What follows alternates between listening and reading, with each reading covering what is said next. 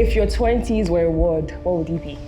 Confused. Ooh. Yes. I think a lot of us are confused in our 20s. Yes. Yeah. But nobody teaches you that you're not an adult yet.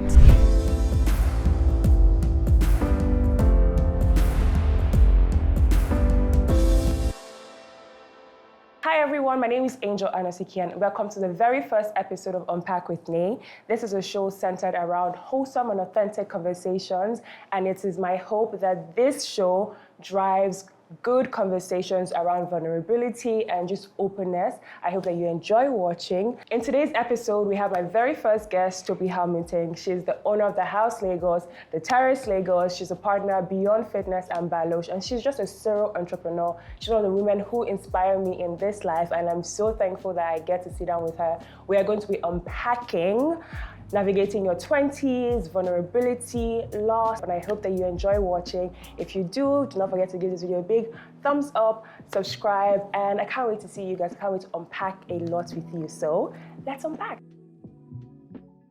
I feel like a big part of my personality is like quirky, just a little bit. So I might bust into like a little. I like it. When you bust into here laughter, and there. I laugh as Exactly. well. So Cute. Got it. So every time that we have like a little exchange, I tell you how like proud I am of you, how much like I love you, how much you mean to me. But I just want to thank you for being my very first, very, this is so emotional. My very first guest on this show. You mean like the world to me. So thank you so much for coming. You're very welcome. And it's such an honor. Like, thank you so much for having me. It means a lot to me. I have followed you and admired you for such a long time. So being here is honestly like I'm grateful. I'm such emotional, so I feel like we might cry. Yes. I feel like I might cry, so, but how are you? How have you been? I'm okay. Pushing through. It's not perfect, but my mantra at the moment is progress over perfection. Oh, I love that. And I am trying my best to live through that mantra, just so that the spirit of perfectionism does not kill me. Yeah. Yes. I feel like you don't even realize how much we have in common, and we've never spoken about it. And one day we will unpack that. Yes. But this episode, I just want to talk to you about like your 20s. Okay. You know, so you are the owner of the house, which I love the house. The house, the terrace. You're a partner at Beyond Fitness and Baloche. Like, you're a serial entrepreneur. Like, I feel like everything that you set out to do, like do you just wake up and like ideas come to you? I think it all stemmed from my orientation. I think I've been through so much. I have learned to do and not overthink things. Mm-hmm. And yes, when something comes to me, I let it marinate. If it's something I can see myself following through all the way to the end, then I'll do it. If it's something I know I'm going to start and stop, then I don't bother. So how do you know when you're not going to start and stop? I map out what it takes to get it done. I feel like it's a scary part, no? So with what you're doing now, you're doing it. You thought about it, you mapped it out, and you're like, I'm going to do this. And you would be surprised if you go through your mind and all the other things you wrote down that you still want to do. Some of them came before this. Yeah. But you still did this first. Yeah. And that makes a lot of sense. Yeah. Because I was thinking about this a couple of days ago, how like, I feel like I've had like dreams. Like I've had things I wanted to do, but this is the first thing. I think one of my guests had reached out to her, and the first thing she said to me was, I'm so proud of you for thinking and doing. Yes. So like, this is the first thing I have thought of, and I'm actually like doing. So I feel like now I can relate to what you're saying. So opportunities are distraction, and you have to be very careful with how many opportunities come your way. So the moment you start getting into a habit of like filtering through yourself and deciding which one you're going to go through, it's all consistency. That's what success is. Okay, so when did you come about this mindset? The moment I stumbled upon entrepreneurship, because then all the opportunities started coming, and I'm very good at saying no. That's something a lot of people struggle with, but that's my strength. Like, I'd rather lie down and do nothing and have no money. than kind of just jump and dive into everything because I can. It doesn't really mean it will work out. So what's your why? Always start with why. Why am I doing this? Yeah, so did this come in your 20s or your 30s? Because you started the house at 31. Yes. I would say I'm a stronger person mentally in my 30s. My 20s, I would say I spent it exploring and figuring out who I was first. Yeah, like give me one word that would describe your 20s. Like, if your 20s were a word, what would it be? Confused. Ooh. Yes. I think a lot of us are confused in our 20s. Yes. Yeah. But nobody teaches you that you're not an adult yet. But you think you are, but you're not yet. It doesn't help that a lot of us are born from parents who grew up very quickly. So in their 20s, a lot of them were married, they had kids, they were doing things that if you task a lot of us with right now, we're going to scream mental health. Yeah. So I think there was this, I don't even want to call it delusion. There was this thing of you think you're delulu. I think there's this thing of thinking when you're in your 20s, you figured it out. But I think it's actually your explorative years. Yeah. And the more we all settle into that as Black people, we'll start to find a better avenue of succeeding, thriving, and being at peace with what biology truly is, because everything is growth. Yeah. For me. And when you look at other races, you figure out that they genuinely throw their 20s away. Not in a bad way, but they're either partying or exploring or interning, whereas as a Black person, you want to make it at 23. Calm down. I feel like the pressure is even worse now. It's too much. So I think that's what a lot of us are going through. And the more we settle and have conversations like this, and the more of us who are in our 30s, 40s, 50s, and are opening up and sharing how it was for us in our 20s, I think you'll find that we all just like kind of take it down a notch and we slowly and do things at a pace that guarantees success and, you know, some form of happiness than as opposed to that pressured pot that a lot of our parents went through. Because whether we like it or not, a lot of us are born from people who have suffered one trauma or another, and we inherited that.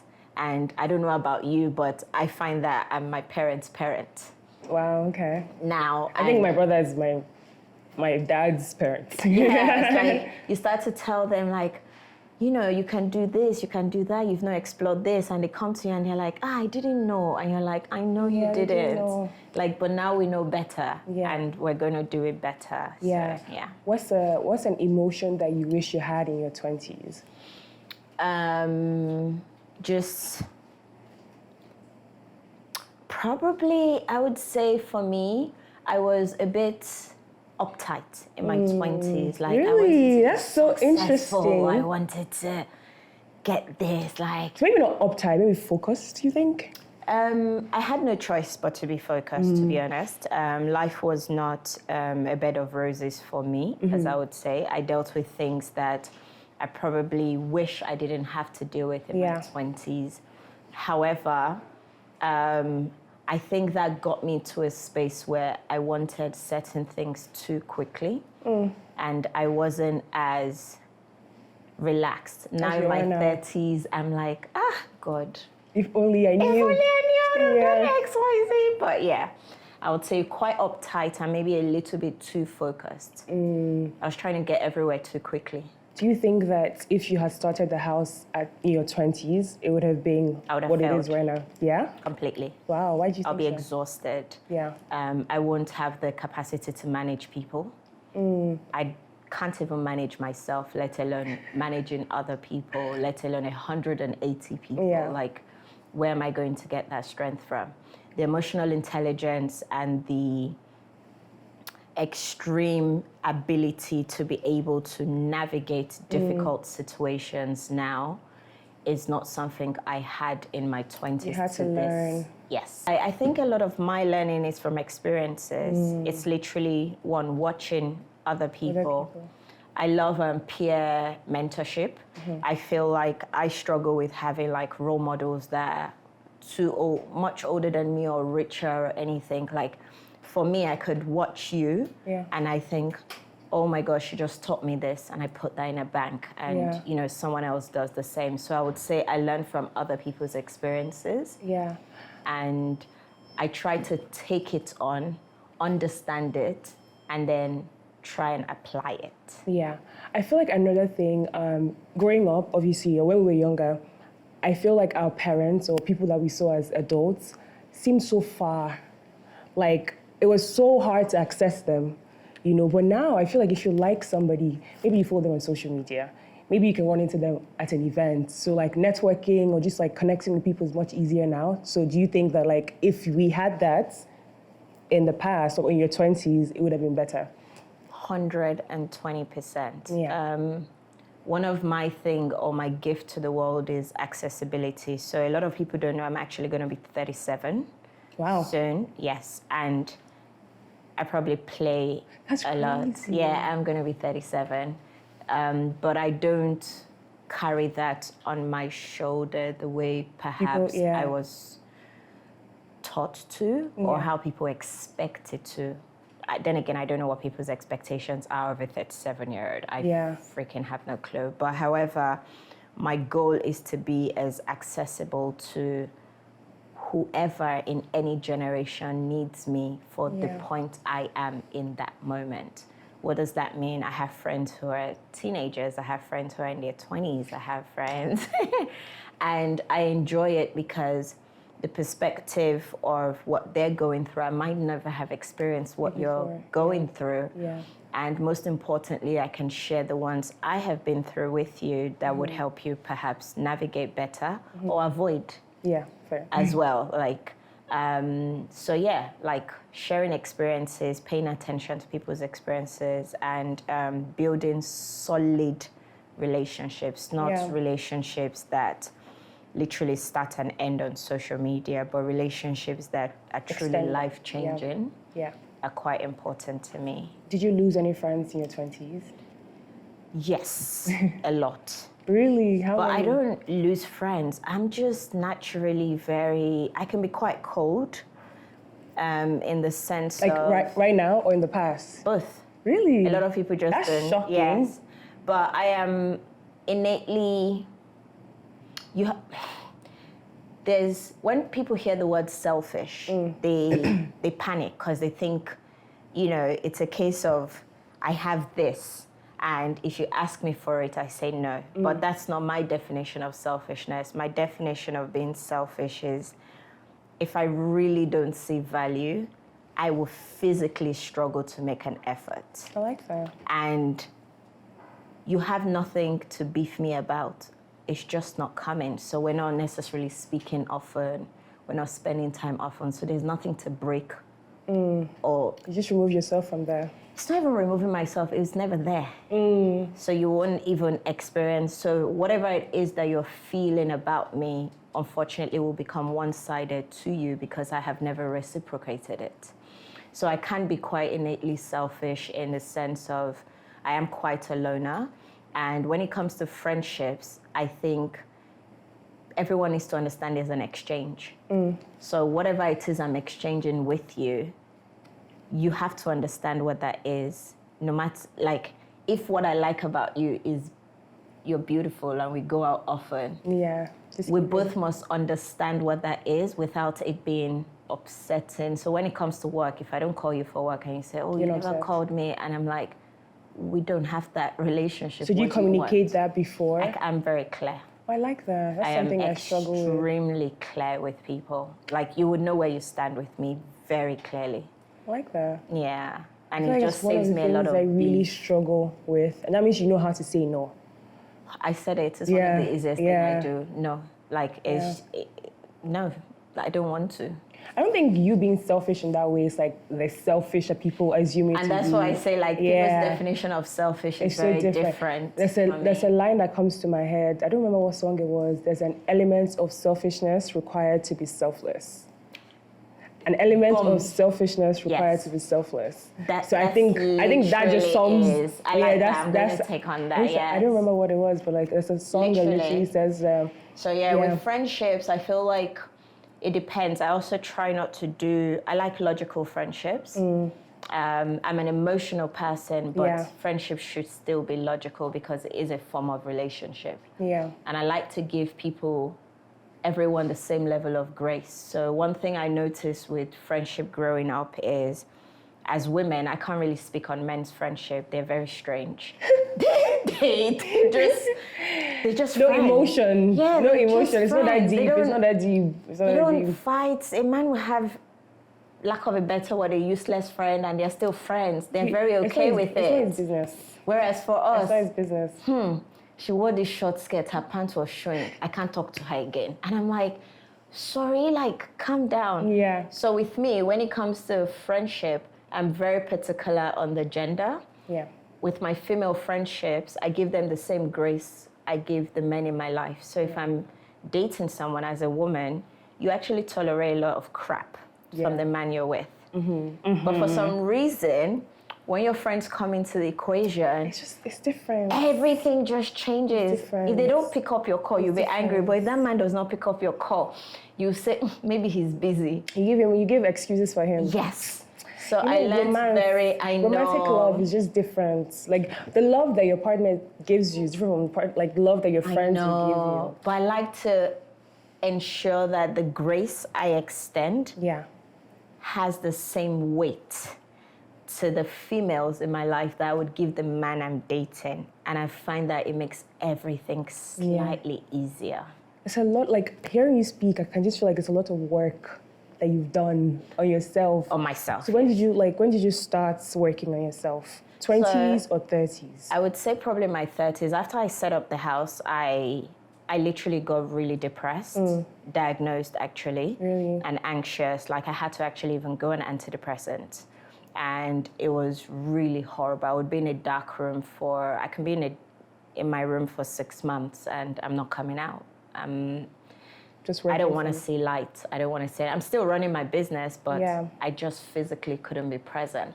And it was in that moment I realized, okay, what is this therapy thing? And the guy I was dating, who is now my husband, we're going to talk about that. He was very gracious because obviously, like, he's like, you need help. I was like, God forbid. What do you mean I need help? And I didn't want to be the girl that was, as women, we can be quite shy. Like, we don't want to burden the man. Yeah. So I was a little embarrassed that I was going through that around him, but he saw it very quickly. And he was very adamant that I needed help. Like, he said something to me and said, I cannot make you happy. And I cried and I cried and I was like, But he said if I'm married, I'll be happy. Yeah. And he's like, no, that's not coming from me. I can't make you happy. There's something going on with you and you need to figure it out for yourself. So we went on a journey to look for a therapist for me. And for the past 5 years, I've been doing weekly therapy unfailingly. So I think that has added to a lot of the self-work and equipping me with tools that I need to live my own life. Yeah. Yeah. I love that a lot. So now, how do you deal with burnout? Do you still lock yourself up or you No, just like... I'm such a different person now. With burnout, I recognize it and I stop. So my therapist will always say, what do you enjoy doing? Yeah. Make sure you incorporate 1 or 2 of that in your days or in your week. Recognize you're burnt out and you're serving nobody. You can't function. So you just have tools, practical tools, not emotional tools, like literally practical tools that you incorporate. And honestly, like burnout is just as a result of lack or low self-care. Yeah, exactly. That's literally all it is. So once you understand that, it could be spending time with your friends, it could be going for a swim, it could be working out, it could be eating at your favorite places. Yeah. Whatever it is, it just means you have to incorporate it back in your routine very quickly. And take your foot off the gas a little bit. Yeah. But I think burnout is something that is very hard for a lot of us. Our race, we're working really hard. Being in Nigeria, it's really hard. Nigeria would stress you. Nigeria would stress you. To an extent, I embrace it, but I recognize it and I work on it when it does happen. Yeah. What would you tell Tobi in her 20s? I'm sorry for everything you had to go through, but look where it got you now. Yeah. Yeah, that's And you what were I away would from say. your family for the most of your 20s, right? Yes, I was. Yeah. I didn't even know my siblings that well. So Yeah. yeah, for most of my 20s, I would say I was by myself, just hustling and How was figuring it out. that? At the time, I didn't process it to be anything. It was just, okay, there are two options. You either make it or you're going to end up selling pepper on the streets. Love Pepe. I don't know. I know it sounds very wild, but you know, growing up, you're watching TV. Yeah. And depends on the kind of orientation you have, you're seeing a lot of rich people and you don't have much. And you're literally saying, okay, I can either end up being the general manager of a GT bank when I reach 35, or I can literally push and I want to be there. I want to be there. So I would say like I spent my time just ideating and pushing and fighting, and I was very clear I wanted to live on the island. I was very clear I wanted to wear nice things. I was very clear I wanted to travel. So, and those things are not cheap and they don't come easy. Yeah. And I didn't necessarily have the kind of family or parents who could provide those things to me because they maybe had it. Yeah. So it was work. Like you motivate yourself, and you get to where you want to. So Did you have like a sense of like community or a feel of community when you lived by yourself in your 20s? I would say yes. I've always believed in the power of people and the power of interacting, being one of the strongest platforms to potentially you being who you want to be eventually. And I wouldn't say community as such. I would say probably relationship. I think I learned community more in my 30s. Yes.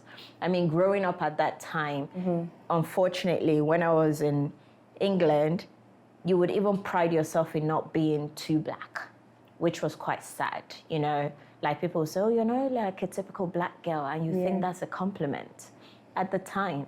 Yeah. So I wouldn't say a lot of us actually understood the power of coming together. Then it was, I'm gonna do me. I'm gonna hang with more white girls. I'm gonna do this. It'll make me cooler.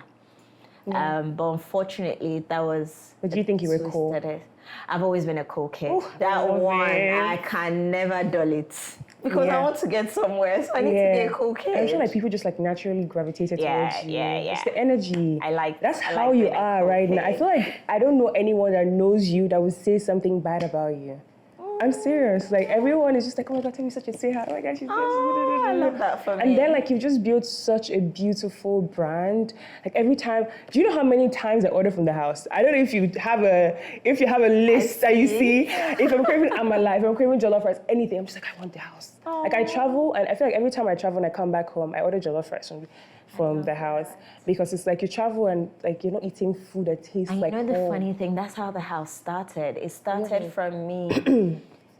When I went through everything I went through, the first thing you want to do is repel. You just want to be different to how you grew up. But then I realized that, we lived in Yaba. And on Christmas Day, that's the day Momsi can, get all those women at the back of the house to make, and they are twisting it, and the chicken is live 1 minute, next minute they've slit the throat, and they've put it in hot water, and you have to go and remove the feathers. And I'm like, what kind of life is this, for God's sake? Oh, removing the feathers, like yes, but you know, when I grew up, I was just like, I want that chicken. I want the fried rice with liver. And the big peas. I want the smoky jollof. My mom used to cook ofada when I was young, and it used to be so annoying because it stunk the whole house. But then I thought, this man always wanted to be on a diet, and that's what she understood as a diet then. Ofada? Yes, because ofada rice is actually super healthy. Okay. And I realized growing up, I was like, wait, so I've come to Nigeria. Our hospitality industry is owned by the Lebanese. Yeah. Cool, but not okay. Yeah. When I would travel everywhere, it's all these Naija boys, come on, they're famous. They know how to socialize. So why did I come here and we're still second-class citizens, especially in areas of hospitality? Like, what does this mean? It makes no sense. So when I started the house, it was, what are the foods and things I remember growing up so that I can nostalgic. infuse into, like, you know, other things like the pastas and the calamari and the braised ribs we have. Like, I still feel like as a Nigerian person, I want to go out with my friend. You want a burger? Great. You want pasta? Great. Guy, I need amala. Like, please. Amala is so good. So I love the diversity it provides, and that's how the house actually started. Yeah, that's so cool. I feel like every time I'm there, it just feels like home. Yes. And then the that's why terrace. it's like Now the terrace. I love the terrace. Like, it's a different vibe from the house. that was grief born. Really? Oh, Yeah. So, you know, obviously, you know, I suffered a stillbirth last year. Yeah. I was 9 months into my pregnancy. I was supposed to birth in 2 weeks, and then all of a sudden, I'm not gonna cry. Me too. I'm just like, oh my God. Yeah. And, you know, 2 weeks, I was just going for a normal scan, and they're like, they can't find the baby's heart. And I'm like, sorry, wait, what now? Like, I'm prepared. I'm supposed to be having a baby. And yeah, everything just twisted for me in that moment. And there were two things. I was either going to break down, we're not gonna cry. I'm so sorry. No, it's okay. And there were two things I could do in that moment, and it was to build or to crumble. And I've had that space, like I've actually been in that space. There's an office space inside that we've been working on for 2 years. And I looked at the space and I was like, oh, fuck it, I'm just gonna build another business. And that was it. I literally just came back New baby. 4 weeks after, you know, having to birth and go through that whole process. Everyone, my mom is watching me like a hawk. My husband is watching me like everyone, are you okay? Are you okay? And I was like, no, we're not gonna do this. Like, you guys piss off. I feel like and I just hearing went you talk into about it, it didn't happen to me, but I remember how, I know I sent you a lot of messages. I remember how I felt. I'm so sorry. I'm so sorry. It's okay. But you birthed another beautiful thing. Like, I feel like the terrace is going to be so much more. I hope so. It's going to be so much more. I hope so. I feel like it takes a certain level of vulnerability to, when I was like drafting like your questions, that's one thing I felt like I didn't even want to bring up. Yeah, so I can imagine. hearing you like. So for me, you see, when something like that happens to you, I was very ashamed. I was very embarrassed. I was very uncomfortable with whom I was. But at the same time, you're not the first. Like, if you know how many Black women or Nigerian women So I was doing research that go through this. 95%, and we're second after India. Ditto. Let me After tell you how India. interesting this was. When it happened to me, one of my closest friends, she'll call me every day and she'll be crying. And, you know, it became a competition of whose cry was deeper. Because I'm like, darling, are you okay? Like, you know, when you're like, what's wrong? Like, okay, I'm sorry it happened to me, but I'll be okay. Like, what's wrong? It was my other friend that told me she had been through like 4 miscarriages. People don't talk about it. And, you know, she wouldn't share that. And what I'm trying to share is that it happens so much and we don't talk about it that I don't want to say I'm a champion for stuff like that, but it just kind of made me think, okay, hold up. I'm not the first this has happened to. I probably would not be the last. Yes. And I have a lot of people in my DMs, women who are suicidal because it's happened to them, women who are still going through like abuse, women who don't have the kind of support I have. Yeah. And when you put things in perspective, I still go through grief therapy. So I have my personal therapy and I have my grief therapy. I love how like open you are about it, because I know you talk about it in your story. And I know the cycle of grief. So I had to study the cycle of grief for myself. I know at the different points where I go low and where I go high and where I go low and where I go high. And, you know, what I came to understand is it didn't kill me. I didn't die. Yeah. Number one. Number two, a lot of women are going through this, and how do we all keep overcoming loss? And for me, I switched it from a stillbirth to loss in general, because people lose parents, people lose kids, people lose friends, people lose relationship, and that loss what it does to people, it is horrible. Yeah. So loss of any kind. And once I just adjusted my perspective a little bit to know, okay, you're going to try again. You have no option. Like, you've read other people's stories. People have called you, messaged you, and they've told you they've tried again. So you have to be brave. So I'm still working through my bravery journey. And vulnerability for me is a kind of strength. So I am very happy to be vulnerable. No, it's okay. Oh. It's okay. I'm trying not to cry. Yeah. Vulnerability, I think, gives you strength in ways that trying to be strong will never do. And I need people to kind of just, I don't know, it's okay to be vulnerable. Like, it happened. Hiding it is not going to make me feel any better. Yeah. Talking about it might help somebody else. And loss is horrible for anybody of any kind. And I'm just empowered to get people to know that, yes, you're grief-stricken right now. You might want to end things. You might feel ashamed. Like I said, I was very ashamed. I was so embarrassed. It took me a few months to kind of go. My first event, I was shaking. I remember that. It was in December, right? Yes, I was physically shaking because I was like, oh, everyone's looking at me. Where's the baby? People who didn't know were hugging me and saying congratulations. And I'm like, she died. And they're like, sorry, what? And I'm like, I'm sorry, but yeah, that happened. And you didn't cry? You never burst into tears or anything? I would. I'm very in front of them? with crying. Yeah, I'm very, very comfortable with crying. I'm not scared to be vulnerable. I feel like vulnerability for me is just, I want that, but it's so hard. It is, because I think for a lot of us, it makes you think you're weak, but you're actually not, because, no offense, I'll slap a bitch. Like, I'll fight. Yeah. I'm not, but just being open about my life does not make me weak. If you decide to use that Against me? That's your problem now. You're the one that is going to stress out, not me, because I'm going to sleep well. Yeah. Like, I've done nothing wrong, but just share my truth. It just takes a lot of strength. It does. It's a very hard thing to do. I'm not going to lie to you. Because you leave yourself very open to people's opinions. Yeah. You leave yourself open to people's thoughts. Yeah. And people are wicked. Our culture will tell you. My mom was saying, like, you don't know, people are wicked. People are wicked. I watch a lot of crime shows. Wow. This has been everything.